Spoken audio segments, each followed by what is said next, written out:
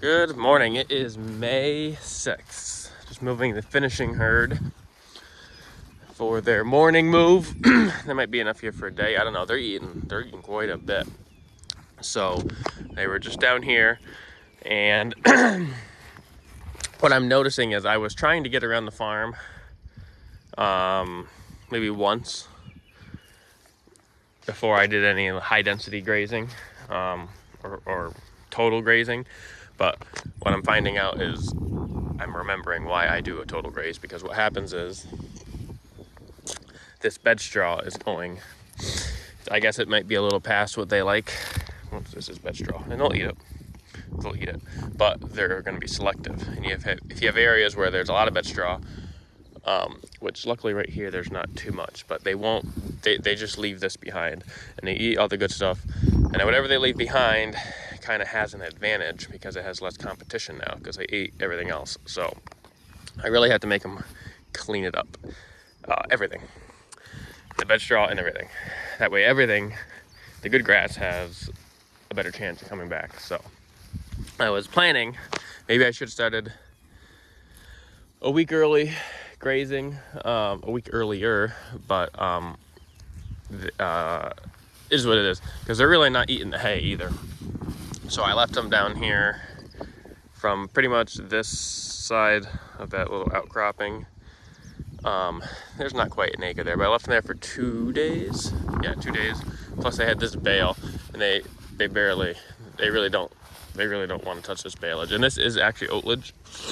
Might be a little too far gone by, but my cow herd loves it. I mean, they clean this stuff up. They love it. So I think it's pretty good quality. But at this stage of the grass, it has a decent amount of fiber in it. They really just don't want to touch the hay. But they will clean everything up, which is good. So I have a lot. I got 18 here, which is more than I've had in a long time. So I'm not exactly sure how long I'm going to be able to graze this year. Although at least four, maybe five. Yeah, well, at least 4 of them will be going into the breeding herd at some point, like that one, this one,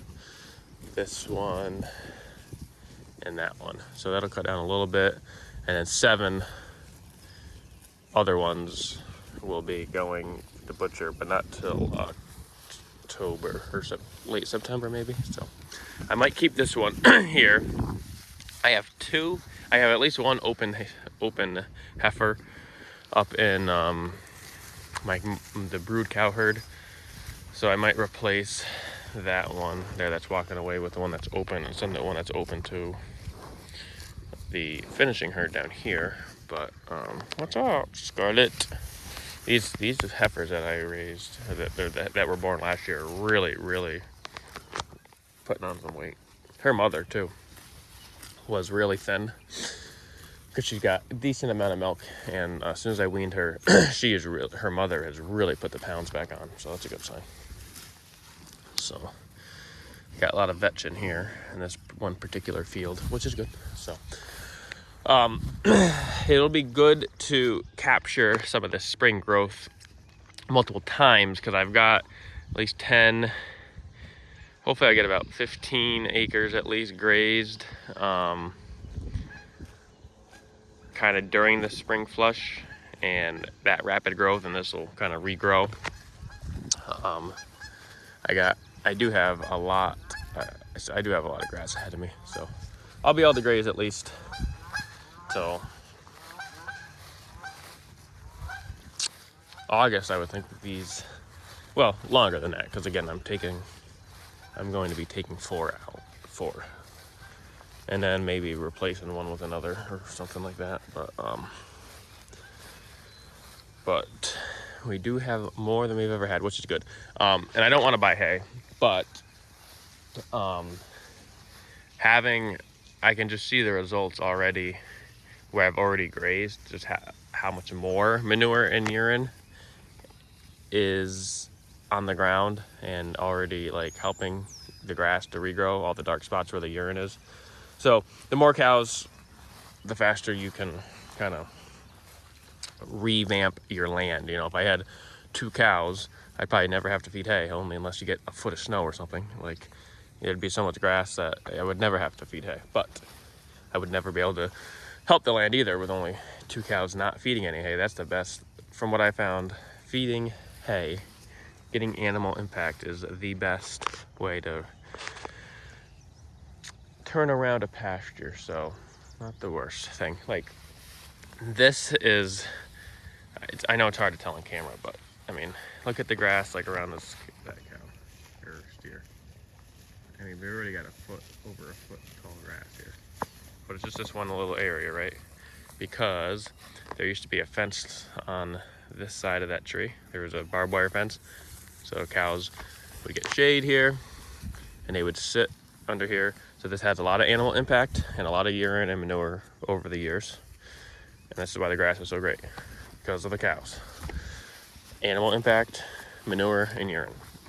So if grass can grow like this here, why can't it grow like this everywhere? You know, it can, clearly. Right over there where that trough is, not the best.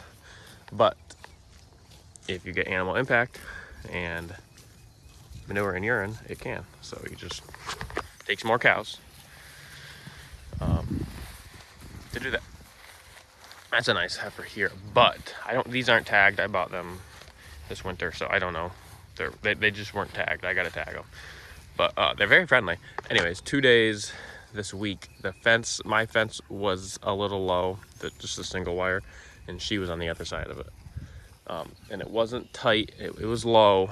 But I'm hoping that it doesn't happen again, because I don't need no fence jumper. She's a little tall too. I mean, she's really nice, but she might be a big cow. So I don't think I'd want to keep her. But especially if she's a fence jumper. We don't want that. So we're gonna go check on the brood cow herd. We just moved them yesterday, so we'll go see how they are. So we're up at the brood cow herd. This field last year I no-till seeded, and I think they were up here for the whole month of April, pretty much the whole month of April, grazing it as it was growing, and I was feeding hay when I needed to supplement them.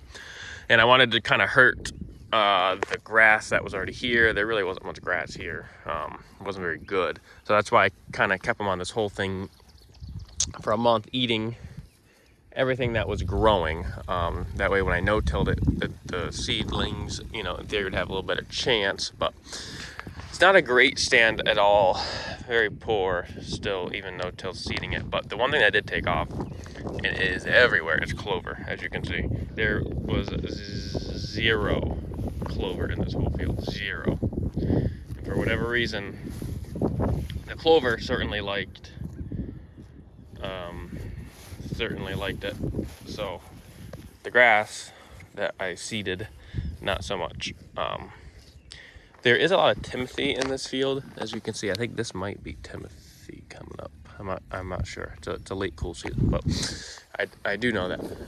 But regardless, I mean, I'm glad there is at least something here, clover, you know, because there was nothing. So, but I don't think there's a decent amount of other roughage.